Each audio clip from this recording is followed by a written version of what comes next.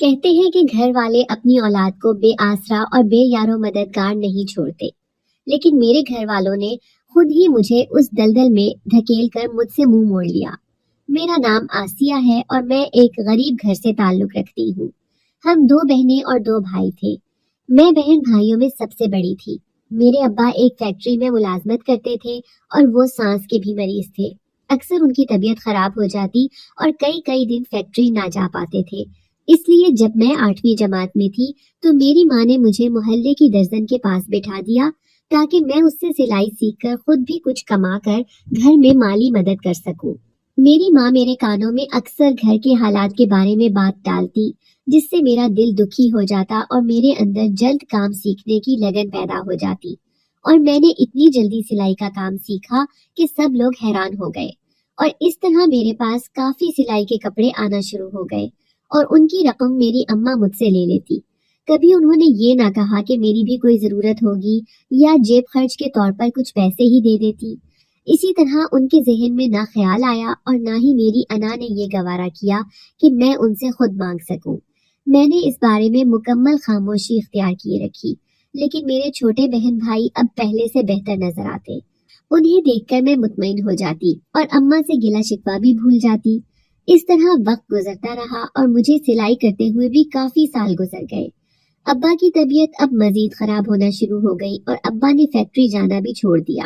اس طرح گھر کی مکمل ذمہ داری کا بوجھ میرے ناتواں کندھوں پر آ گیا۔ میری خالہ کا گھر ہمارے گھر کے قریب تھا۔ خالہ کا بھی ہمارے گھر کافی آنا جانا تھا، اور خالہ کا ایک بیٹا اور ایک بیٹی تھی۔ بیٹی کی شادی ہو چکی تھی اور خالہ لوگوں کے گھر کے حالات کافی بہتر تھے۔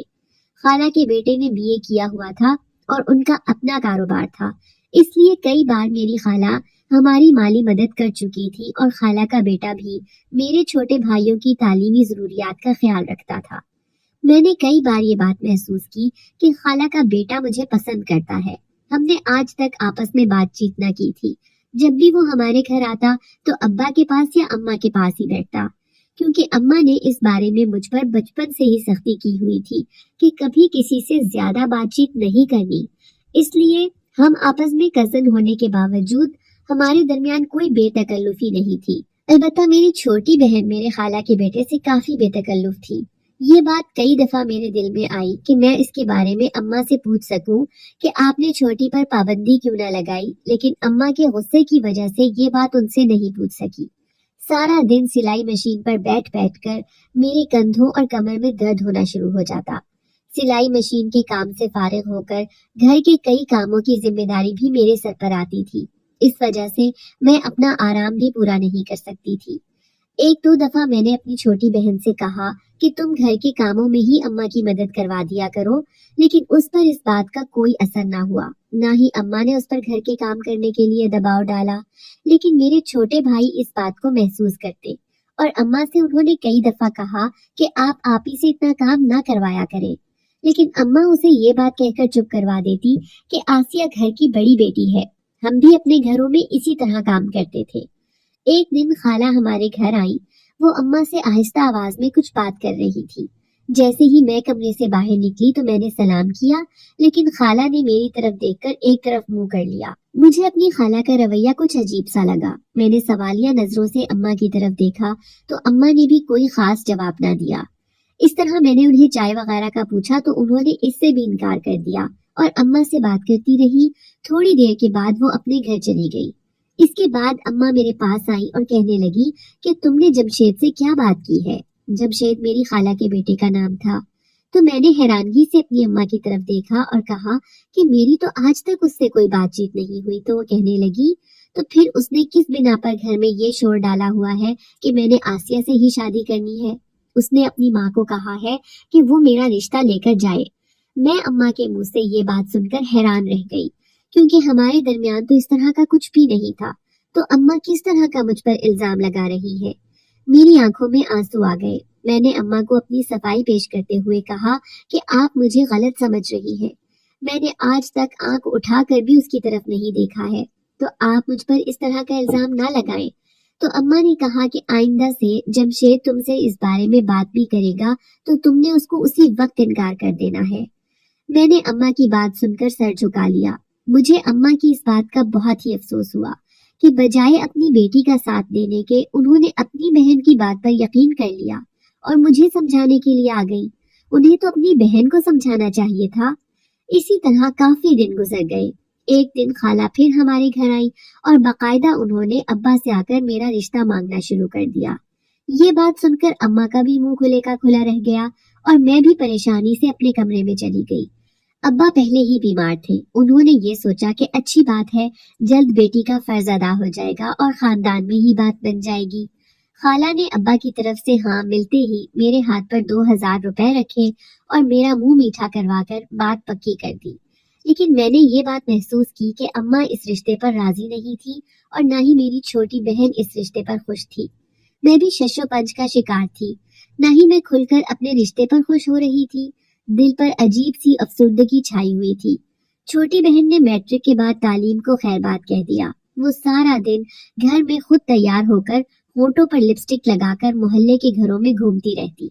और ये बात मैंने कई दफा अम्मा को समझाने की कोशिश की कि आप इसको इस बात से रोकें कि इस तरह तैयार होकर मोहल्ले के घरों में घूमना अच्छी बात नहीं। लेकिन मेरी छोटी बहन अम्मा के कहने में न आई और उसने अपना यही तरीका रखा। न उसे अब्बा का डर था। छोटे दोनों भाई काफी हद तक समझदार थे। वो कही हुई बात को समझ जाते थे। इसी तरह वक्त गुजरता रहा और घर के हालात मजीद खराब होते गए।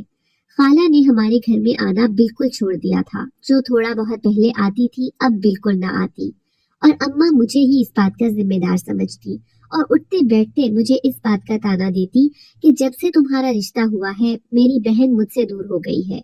अम्मा की इस बात की मुझे समझ नहीं आती थी। एक दो दफा जमशेद रिश्ता होने के बाद हमारे घर आया और उसने मुझसे बात करने की कोशिश की, लेकिन मैंने ही उससे दूरी इख्तियार की। मैं नहीं चाहती थी कि मजीद इस बात को लेकर घर में कोई मसला बने। एक दिन अब्बा का दोस्त अब्बा की खैरियत मालूम करने के लिए घर आया। उन्होंने घर के हालात देखे और अब्बा से कहने लगे कि शहर में मेरे जानने वाले का घर है। वो काफी अमीर लोग हैं। उन्हें काम करने के लिए किसी लड़की की जरूरत है। अगर तुम चाहो तो अपनी बेटी को उधर भेज दो। जितने पैसे तुम्हारी बेटी इधर सिलाई से इकट्ठे करती है उससे दुगने पैसे उसे उधर से मिल जाएंगे और घर के हालात बेहतर हो जाएंगे। अब्बा भी घर के हालात को देखते हुए परेशान थे। उन्होंने इस बारे में अम्मा से बात की। अम्मा ने जब ये बात सुनी तो वो फौरन राजी हो गई और मुझे कहने लगी कि फौरन शहर जाने की तैयारी करो। अम्मा ने मुझसे मेरी मर्जी तक ना पूछी तो मैंने झिझकते हुए अम्मा से कहा कि अम्मा, किसी के घर का काम करना मुझे पसंद नहीं। इधर तो मैं खुद की मेहनत से रोजी कमाती हूँ, किसी के दबाव में नहीं हूँ। लेकिन अम्मा ने कहा कि तुम्हें घर के हालात नजर नहीं आ रहे और तुम्हारा बाप जो दिन ब दिन बीमार होता जा रहा है उसके इलाज के लिए पैसे कहाँ से आएंगे। तुम कैसी बेटी हो जो अपने घर का ही नहीं सोच रही। मैंने अम्मा की बात सुनकर खामोशी इख्तियार की कि मैंने घर का सोचते हुए ही अपनी तालीम को दरमियान में छोड़ दिया और काफी सालों से सिलाई कर रही हूँ।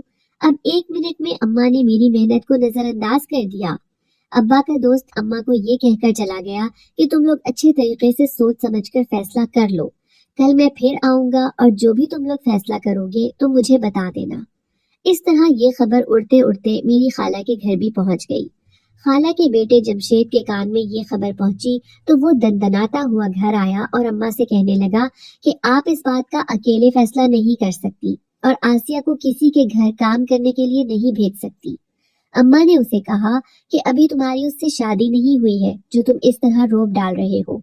ये हमारे घर का मामला है और वैसे भी अगर मेरी बेटी खुद ही घर के हालात को देखते हुए जाना चाह रही है तो तुम कौन होते हो रोकने वाले। जमशेद ने जब अम्मा की बात सुनी तो वो अम्मा के सामने ही मेरे पास आया और कहने लगा कि क्या तुम किसी के घर काम करने पर राजी हो। तो मैंने उसकी बात सुनकर सर झुका लिया। उसने 2-3 दफा मुझे पूछा तो मैंने अम्मा की तरफ देखा।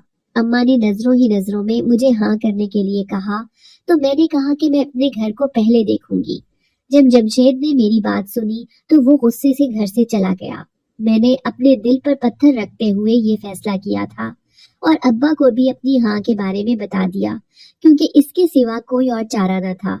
अब्बा का दोस्त आया तो उसने कहा कि मैं शहर जा रहा हूँ, अगर तुम लोग कहो तो आज ही मैं आसिया को भी अपने साथ ले जाऊं। इस तरह मैंने अपनी शहर जाने की तैयारी की। चंद जोड़े अपने बैग में रखे आज तक मैं घर से कभी दूर न गई थी और ये मेरे लिए सबसे मुश्किल मरहला साबित हो रहा था। आज पहली दफा अम्मा ने मुझसे नर्म लहजे में बात की और कहने लगी, तुम परेशान ना होना, हम तुमसे रोजाना बात करते रहेंगे। फिर मैं छोटे बहन भाइयों से मिली और अब्बा से मिलते हुए मेरी आंखों में भी आंसू थे। अब्बा की आंखों में भी आंसू आ गए और वो मुझे कहने लगे कि बेटा, अगर मेरे हाथ में कुछ होता तो मैं हरगिज भी तुम्हें किसी के घर में काम करने के लिए मजबूर ना करता, लेकिन मैं बेबस हूँ। मैंने अब्बा के हाथों को थामते हुए कहा कि आप फिक्र न करें, आप जल्द ही सेहतयाब हो जाएंगे। इस तरह मैं अब्बा के दोस्त के साथ शहर जाने के लिए रवाना हो गई। अब्बा के दोस्त के साथ बस पर चढ़ते हुए मैं झिझक रही थी, लेकिन उन्होंने मेरे सर पर हाथ रखा और कहा कि तुम मेरी बेटी जैसी हो, मैं तुम्हारी खैरियत मालूम करता रहूंगा। इस तरह मैं और वो एक बस में सवार हो गए। तकरीबन 3-4 घंटों की मुसाफत के बाद बस शहर पहुंच गई। बस अड्डे से उन्होंने एक रिक्शा लिया और एड्रेस समझाया। तकरीबन 20-25 मिनट के बाद रिक्शा एक बहुत बड़े बंगले के सामने रुका। अब्बा के दोस्त ने रिक्शे वाले को किराया दिया और मुझे उतरने के लिए कहा। मेरे हाथ में मेरा छोटा सा ही बैग था। उन्होंने घंटी बजाई।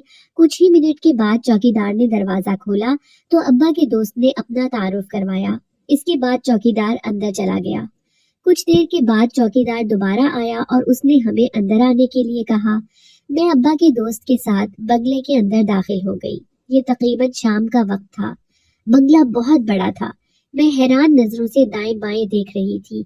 बंगले के एक तरफ काफी वसीओ अरीज लॉन था। लॉन में सब्ज घास उगी हुई थी और उसमें रंग बिरंगे फूल लगे हुए थे और काफी दरख्त भी लगे हुए थे।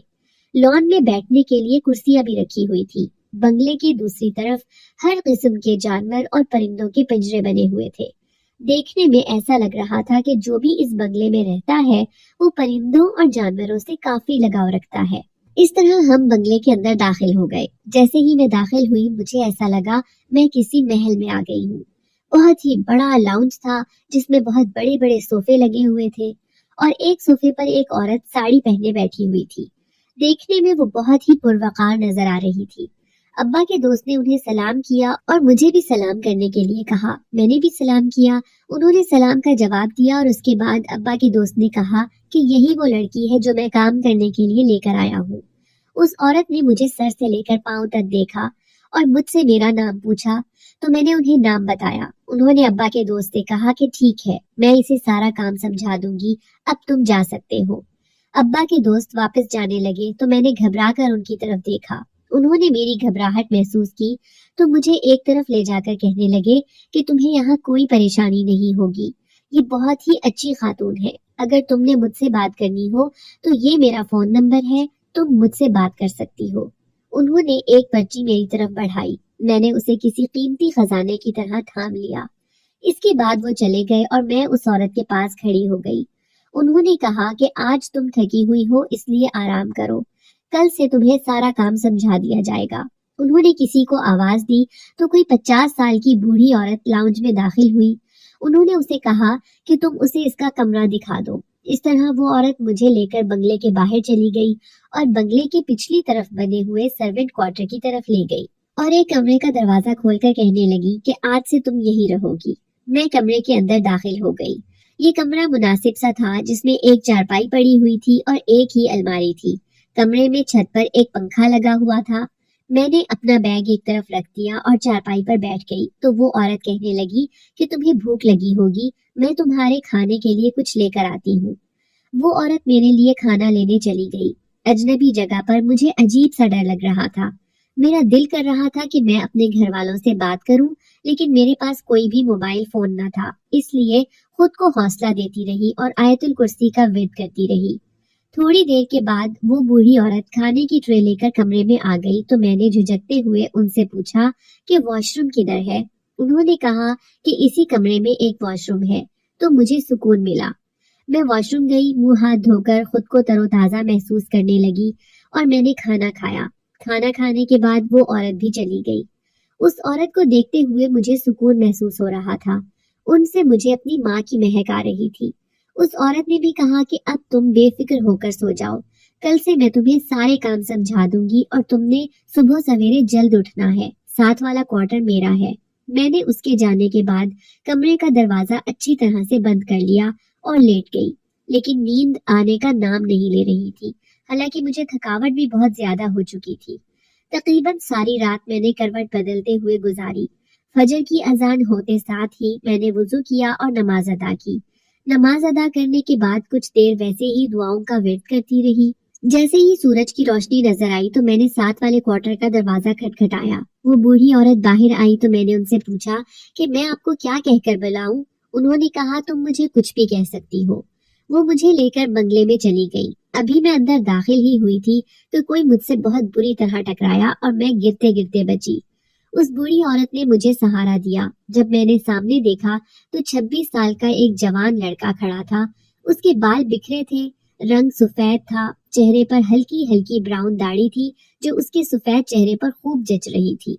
मैं तो उस लड़के की खूबसूरती देखकर हैरान रह गई कि एकदम से उस लड़के ने हंसना शुरू कर दिया। वो इतनी जोर से हंस रहा था, ऐसा लग रहा था जैसे कोई पागल होता है। उसके पीछे एक आदमी भागता हुआ आया और कहने लगा, साहब जी कमरे में चले। वो आदमी उस लड़के को खींचता हुआ कमरे में ले गया। मैंने परेशानी से बूढ़ी औरत की तरफ देखा। वो कहने लगी, ये मालिकन का भाई है, ये पागल है, तुम परेशान ना होना। जब मैंने बूढ़ी औरत की बात सुनी तो मैं हैरान रह गई कि क्या कोई जवान और खूबसूरत लड़का पागल भी हो सकता है। इसके बाद वो औरत मुझे मालकन के पास ले गई। मालकन ने मुझसे कहा कि आज से पहले तुमने कभी किसी घर में काम किया है?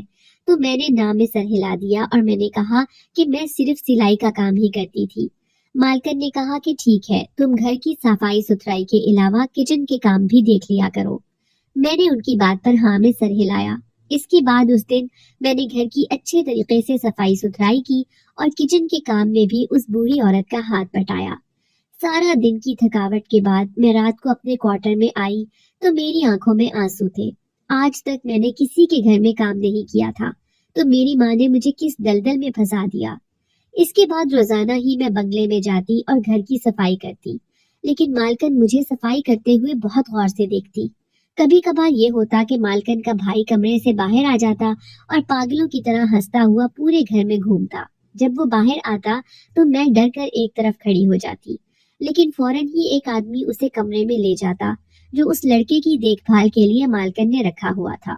हफ्ते में एक दफा मेरी अपने घर में बात हो जाती थी और इस बात की इजाजत मैंने मालकन से भी ली हुई थी, क्योंकि फोन उनके घर से ही करना होता था। मैं जब भी फोन करती तो अब्बा मुझे हौसला देते कि कुछ ही वक्त में मैं तुम्हें अपने पास बुला लूंगा, लेकिन अम्मा मुझे ये कहती कि तुम दिल लगाकर काम करो, क्योंकि मालकन ने मुझे एडवांस सैलरी देती थी जो मैंने अपने घर भिजवा दी थी। अम्मा इस बात से बहुत ही खुश थी। इस तरह काफी महीने गुजर गए और मैंने एक दफा भी घर का चक्कर नहीं लगाया था। मैंने एक दिन दिल में इरादा किया कि मैं मालकन से अपने घर जाने की इजाजत मांगती हूँ। मालकन से मैंने घर जाने की इजाजत ली तो उन्होंने कहा कि तुम्हें सिर्फ 2 या 3 दिनों की छुट्टी मिल सकती है। मैंने अब्बा के दोस्त से राब्ता किया और उनके साथ में अपने घर रवाना हो गई।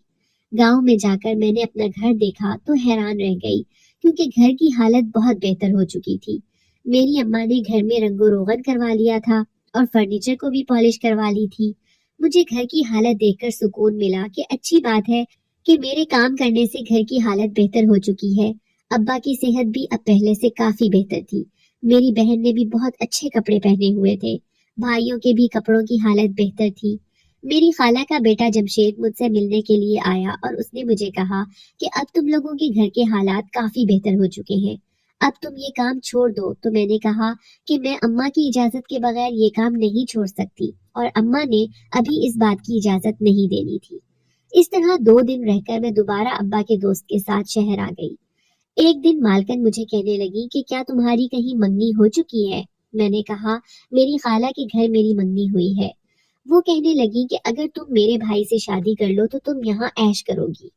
मैं अपनी मालकन की बात सुनकर हैरान रह गई और उन्हें कहने लगी कि ये कैसे हो सकता है, मेरे वालिदैन मेरा रिश्ता पक्का कर चुके हैं और वैसे भी मैं यहाँ काम के लिए आई हूँ। मालकन ने जब ये मेरी बात सुनी तो उन्हें शदीद गुस्सा आया। उन्होंने मुझे इस बात पर राजी करने की कोशिश की, लेकिन मैंने उनकी बात से इनकार कर दिया। और जब से उन्होंने मुझसे रिश्ते की बात की हुई थी, मेरा यहाँ रहने को दिल नहीं चाह रहा था। मैंने अब्बा के दोस्त से भी राब्ता करने की कोशिश की ताकि उनसे बात कर सकूं कि आपने तो कहा था कि ये निहायत शरीफ लोग हैं, लेकिन जब भी मैं उन्हें फोन करती उनका फोन बंद जाता। घर में इस बात का जिक्र नहीं कर सकती थी, इसलिए खुद ही अगले दिन घर वापस जाने की दिल में ठानी। अगली सुबह मैं बंगले में गई ताकि अपने जाने के बारे में मालकिन को बता सकूं। मालकिन ने मुझे कहा कि तुमने मेरे कमरे में से सोने की अंगूठी चुराई है। मैं उनकी बात सुनकर हैरान रह गई और मैंने कहा कि मैं ऐसा क्यों करूंगी। मुझे यहाँ काम करते हुए 6 माह हो चुके थे, लेकिन मालकिन ने मेरी बात पे यकीन न किया और पुलिस को फोन कर दिया। इस तरह पुलिस घर आई और मुझे पकड़कर थाने ले गई। मैंने मालकिन से बहुत मिन्नत समाजत की, लेकिन उन्होंने मेरी बात पर यकीन न किया। मैं शहर में किसी को नहीं जानती थी। मैंने अब्बा के दोस्त को कई दफा फोन किया, लेकिन उनका नंबर बंद ही था। मैं खुदा से दुआ करने लगी कि शहर में मैं किसे अपनी मदद के लिए पुकारूं। थाने में रात को जेल में कुछ लोग दाखिल हुए और उन्होंने मेरे साथ वो काम किया जिसकी मैं उम्मीद न कर सकती थी। चोरी के इल्जाम के साथ साथ मेरी इज्जत को भी दागदार कर दिया गया था और मेरे हाथ में कुछ भी न बचा था। अगले दिन थानेदार ने मुझे बुलाया और कहने लगा कि अपनी मालकिन का शुक्रिया अदा करो जिसने तुम्हें माफ कर दिया और तुम्हारी जमानत करवा दी। मैं आंखों में आंसू लाते हुए जेल से बाहर आई और सीधा अपने गांव की बस पर सवार हो गई। जैसे ही मैं अपने घर पहुंची तो मैंने अपनी अम्मा और अब्बा को अपने साथ हुई रुदात के बारे में बताया। मेरे अब्बा तो आंखों में आंसू लाते हुए खामोश हो गए, लेकिन अम्मा ने मुझे इतनी बातें सुनाई कि हमने तुम्हें शहर काम करने के लिए भेजा था, रंगरलियां मनाने के लिए नहीं भेजा था। मैं अपनी अम्मा के इल्जामात सुनकर हैरान रह गई कि इस तरह अम्मा ने मुझे धक्के देते हुए घर से निकाल दिया। मैंने खाला के बेटे जमशेद से भी बात करने की कोशिश की तो उसने भी रिश्ता तोड़ दिया। मैं रोती हुई दोबारा बस में सवार हुई और अपने मालकिन के यहाँ पहुंची। अब मैंने मालकिन से कहा कि मैं आपके भाई से शादी करने के लिए राजी हूँ। मालकिन ये सुनकर खुश हो गई। उसने अगले 2 दिनों में ही मेरा निकाह अपने भाई के साथ कर दिया। शादी की रात मालकिन ने मुझे अपने भाई के कमरे में भिजवा दिया। मेरे दिल में हौल उठ रहे थे कि मैं एक पागल के साथ कैसे जिंदगी गुजारूंगी। अभी मैं बैठी ये सोच ही रही थी कि मेरा पागल शौहर कमरे में दाखिल हुआ और हंसते हुए मेरे पास बेड पर बैठ गया। मैं बेड के एक कोने में सिमट कर बैठ गई। वो मेरे कान के पास आकर कहने लगा, एक बात पर यकीन करोगी? मैंने हैरानगी से उसकी तरफ देखा कि ये तो सही बात कर रहा है। वो कहने लगा कि मैं पागल नहीं हूँ और हंसते हुए पीछे हो गया। मैं सोचने लगी कि हर पागल यही कहता है कि मैं पागल नहीं हूँ। इसी तरह काफी दिन गुजर गए। एक बात मैंने नोट की, वो ये थी कि मेरा शौहर कमरे में बिल्कुल ठीक रहता था और मुझे बाज़ औक़ात ये लगता था कि वो पागल होने का नाटक करता है। एक दिन मैं बिस्तर पर बैठी रो रही थी कि अचानक मेरे बाजू पर किसी ने हाथ रखा। मैं डर गई तो मैंने देखा कि मेरा शौहर मेरे बाजू पर हाथ रखे हुए है और मुझसे पूछ रहा है कि तुम क्यों रो रही हो। मैंने अपने आंसू साफ किए और ना में सर हिलाया। इसके बाद उसने फिर मुझसे पूछा कि क्या बात है। मैंने उसे कोई जवाब ना दिया। कुछ देर वो मेरी आंखों में देखता रहा। अब वो बिल्कुल एक नॉर्मल इंसान लग रहा था। मैंने पूछा कि मुझे ऐसा लगता है कि आप पागल नहीं है, तो वो हंसने लगा और कहने लगा, मैंने तुम्हें पहले दिन ही कहा था कि मैं पागल नहीं हूँ, लेकिन तुमने मेरी बात पर यकीन न किया। ये जो मेरी बहन है, ये मेरी सौतेली बहन है। ये मेरी जायदाद पर कब्जा करना चाहती है, इसलिए उसने तुम्हें नौकरानी समझकर मेरी शादी तुमसे करवानी चाहिए। लेकिन मैं उसके इरादे जान चुका हूँ, इसलिए उसके सामने पागल होने का नाटक करता हूँ। इसने कई दफा जायदाद के पेपर पर मुझसे दस्तखत करवाने की कोशिश की है, लेकिन मैं पागल होने का ही नाटक करता रहा। इसीलिए ये अपने मकसद में कामयाब न हो सकी। इसने तुमसे मेरी शादी करवाई है ताकि मेरी जायदाद जो निकाह के बाद कानूनी तौर पर तुम्हारी हो चुकी है, वो उस पर तुमसे दस्तखत करवा सके और जायदाद अपने नाम करवा ले। मैंने जब अपने शौहर की बात सुनी तो मैं हैरान रह गई। इसके बाद कमरे का दरवाजा खुलने की आवाज आई। मैंने पीछे मुड़कर देखा तो मालकिन खड़ी थी। उन्होंने गुस्से से अपने भाई की तरफ देखा और कहा कि तुम काफी अरसे से मुझे धोखा दे रहे थे और तुम पागल होने का ड्रामा कर रहे थे। मेरे शौहर ने आगे बढ़कर कहा कि हाँ, मैं ड्रामा ही कर रहा था और आपको आपके मकसद में कामयाब नहीं होने दिया। आप अब इस घर से जा सकती हैं। इस घर में आपका कोई हिस्सा नहीं। इस तरह मेरे शौहर ने मालकिन को यानी अपनी बहन को अपने घर से निकाल दिया और मैं और मेरा शौहर इसी घर में रहने लगे। मेरा शौहर अब बिल्कुल आम इंसान की तरह रहता है, लेकिन मेरे दिल में आज भी एक सवाल गूंजता है और मेरा दिल करता है कि मैं सारी दुनिया से ये पूछ सकूं कि मेरे घर वालों ने मुझसे ऐसा सलूक क्यों किया। और मैं ये सवाल आपसे भी करती हूँ, کیا مجھے اپنے گھر والوں کے سامنے ایک دفعہ اپنے شوہر کے ساتھ جانا چاہیے اور کیا اپنی بے گناہی ثابت کرنی چاہیے؟